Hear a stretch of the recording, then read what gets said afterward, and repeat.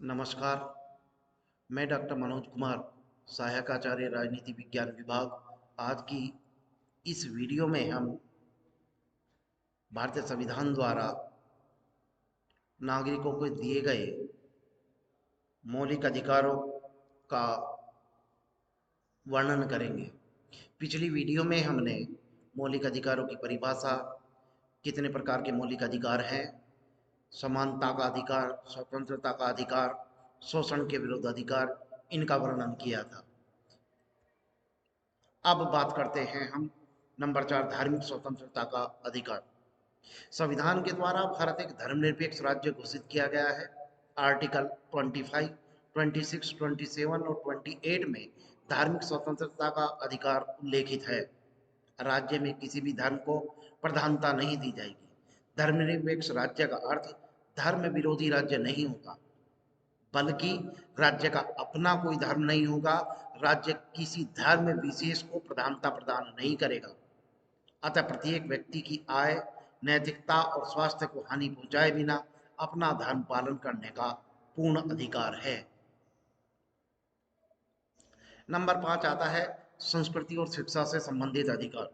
संविधान द्वारा भारतीय जनता की संस्कृति को बचाने का जो प्रयास किया गया है, अल्पसंख्यकों की शिक्षा और संस्कृति से संबंधितों की रक्षा की व्यवस्था की गई है। यह बताया गया है कि नागरिकों के किसी भी समूह को जो भारत या उसके किसी भाग में रहता है, अपनी भाषा, लिपि और संस्कृति को सुरक्षित रखने का अधिकार है। धर्म के आधार पर किसी भी इंसान को शिक्षण संस्थान में नाम लिखवाने से नहीं रोका जा सकता। अर्थात अगर कोई व्यक्ति किसी शिक्षण संस्थान में शिक्षा ग्रहण करने के लिए जाता है, तो उसको धर्म के आधार पर शिक्षा ग्रहण करने से नहीं रोका जा सकता। इस प्रकार का प्रावधान भारतीय संविधान द्वारा किया गया है। अब सबसे महत्वपूर्ण और अंतिम जो मौलिक अधिकार है, वह है संवैधानिक उपचारों का अधिकार, राइट टू कॉन्स्टिट्यूशनल रेमेडीज।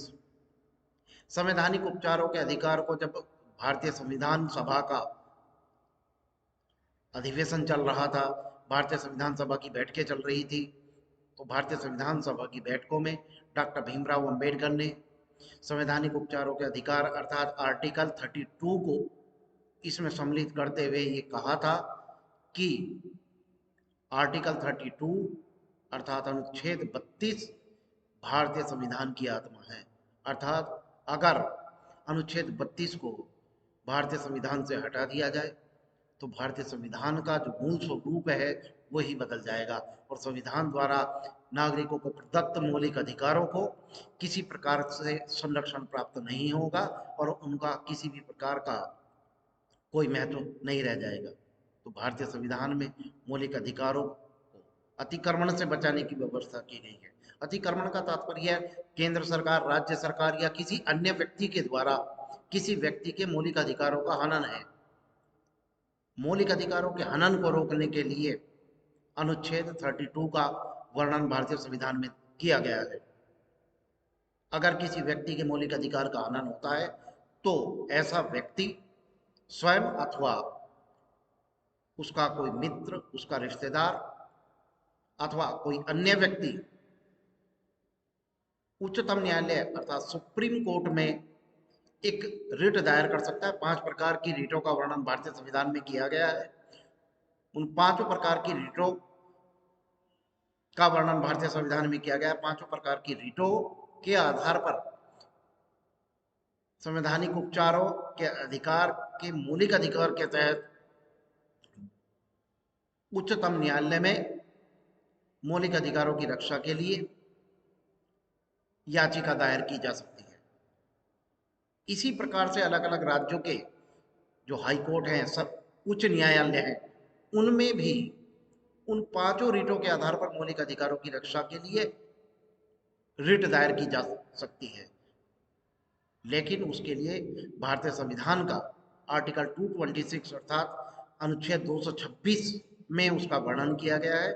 अर्थात इसका तात्पर्य यह हुआ कि भारतीय संविधान का अनुच्छेद 32 के तहत आप सर्वोच्च न्यायालय में अपने मौलिक अधिकारों की रक्षा के लिए अपील दायर कर सकते हैं, रिट दायर कर सकते हैं और अनुच्छेद 226 के तहत आप किसी राज्य के उच्च न्यायालय अर्थात हाई कोर्ट में अपने मौलिक अधिकारों की रक्षा के लिए रिट दायर कर सकते हैं।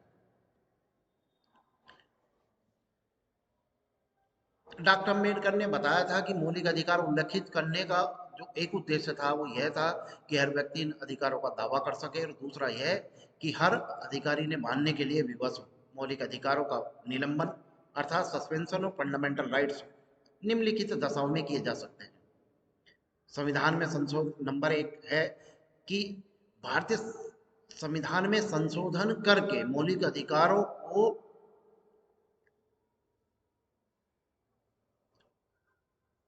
सीमित या स्थगित किया जा सकता है। वह संविधान में संशोधन कर मौलिक अधिकारों को स्थगित या सीमित कर सकती है, अर्थात भारतीय संसद को इस प्रकार का ये मौलिक अधिकार है। लेकिन जब भारतीय संसद मौलिक अधिकारों से संबंधित किसी प्रकार का कोई संविधान संशोधन करती है तो उसमें उसे राज्य के विधानमंडलों की स्वीकृति की आवश्यकता नहीं होती। दूसरा, संकटकालीन अवस्था की घोषणा होने पर अधिकार बहुत ही सीमित हो जाते हैं, अर्थात जब अनुच्छेद 352 के तहत राष्ट्रीय आपातकाल की घोषणा की जाती है तब मौलिक अधिकारों का अधिकतर भाग जो है वो सीमित हो जाता है, निलंबित हो जाता है। संविधान के अनुसार स्वतंत्रता के अधिकार और व्यक्तित्व अधिकार कई परिस्थितियों में सीमित किए जा सकते हैं, जैसे सार्वजनिक सुव्यवस्था, राज्य की सुरक्षा, नैतिकता, साधारण जनता के हित में या अनुसूचित जातियों की रक्षा इत्यादि के हित में राज्य इन स्वतंत्रताओं पर युक्ति संगत प्रतिबंध लगा सकता है। जिस क्षेत्र में सैनिक कानून लागू हो उस क्षेत्र में उस समय अधिकारियों द्वारा मौलिक अधिकारों का अतिक्रमण या स्थगन हो सकता है। और नेक्स्ट है, संविधान में यह कहा गया है कि स्वतंत्र सशस्त्र सेना और अन्य सेना के सदस्यों के मामले में संसद मौलिक अधिकारों को सीमित या प्रतिबंधित कर सकती है।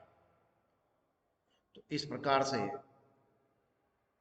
हमने पिछली वीडियो और इस वीडियो में भारतीय संविधान द्वारा नागरिकों को प्रदत्त मौलिक अधिकार का विस्तार से वर्णन किया है। आशा करता हूं कि इस वीडियो के माध्यम से छात्र युक्त तरीके से मौलिक अधिकारों को समझने का प्रयास करेंगे और मेरा यह प्रयास उनके प्रयास के साथ ही सफल होगा। धन्यवाद।